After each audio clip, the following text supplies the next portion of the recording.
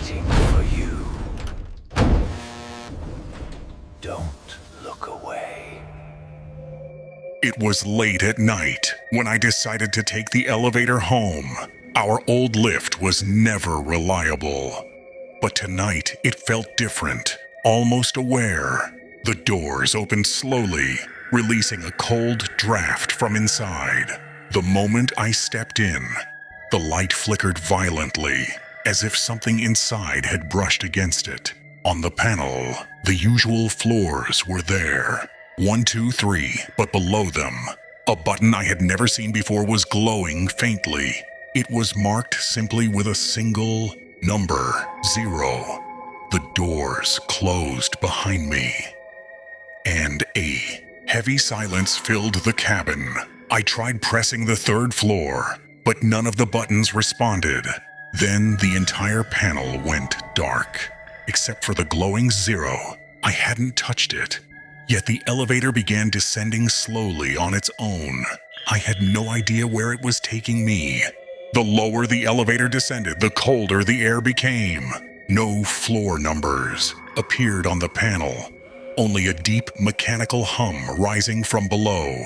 It felt as if the elevator wasn't moving inside the building anymore, but through some empty, unfamiliar void. Suddenly, the cabin shuddered and came to a halt. The panel was dead, but the ceiling light dimmed and brightened slowly, like something was blocking it from above. Then the doors began to open. I took a breath and saw a long, endless hallway, drowned in darkness. The ceiling lights turned off one by one, stretching the shadows further. At the very end of the corridor, something moved. It looked like a person at first glance, but its motion wasn't human. Its body swayed smoothly, unnaturally, and its arms were disturbingly long. It was still far away, yet I could see it clearly. The silhouette at the far end of the hallway began to move.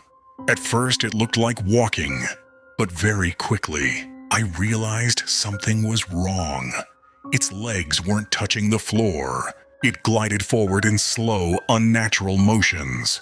Every time a ceiling light flickered and went out, the figure appeared slightly closer, yet I never saw it move during the darkness. It existed only in the gaps between the light.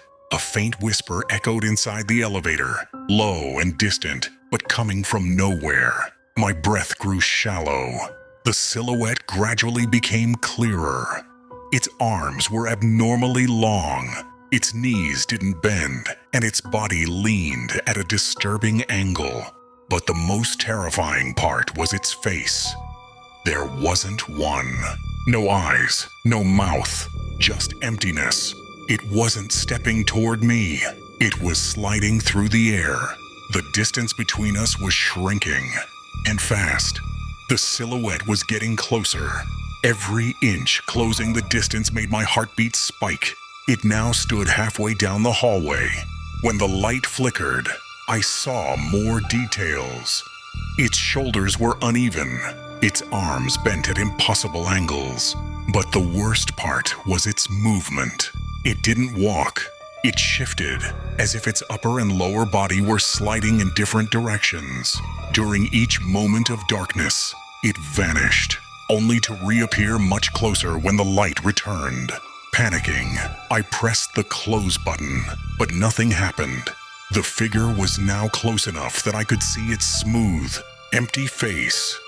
No eyes, no mouth, just a hollow surface. The creature glided forward without footsteps, heading directly toward the elevator.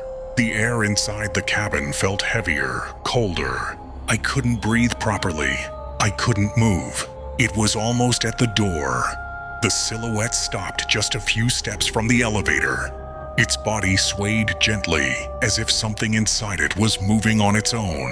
I slammed the close button again, still nothing. Then it tilted its head sharply to the side, at an angle no human neck could reach. The lights flickered violently, and each time they blinked, it stood closer. Finally, it reached the doorway. I stepped back. The doors began to close at last. But then something caught them from the outside. It wasn't a hand. It was a long, twisted, bony, black shape gripping the edge. The doors shook, unable to shut. In an instant, that dark arm forced the doors open. The camera fell to the floor. The last thing heard was a heavy breath and metal scraping. Then a sudden scream, followed by complete silence. The recording ends there, and the elevator never returned.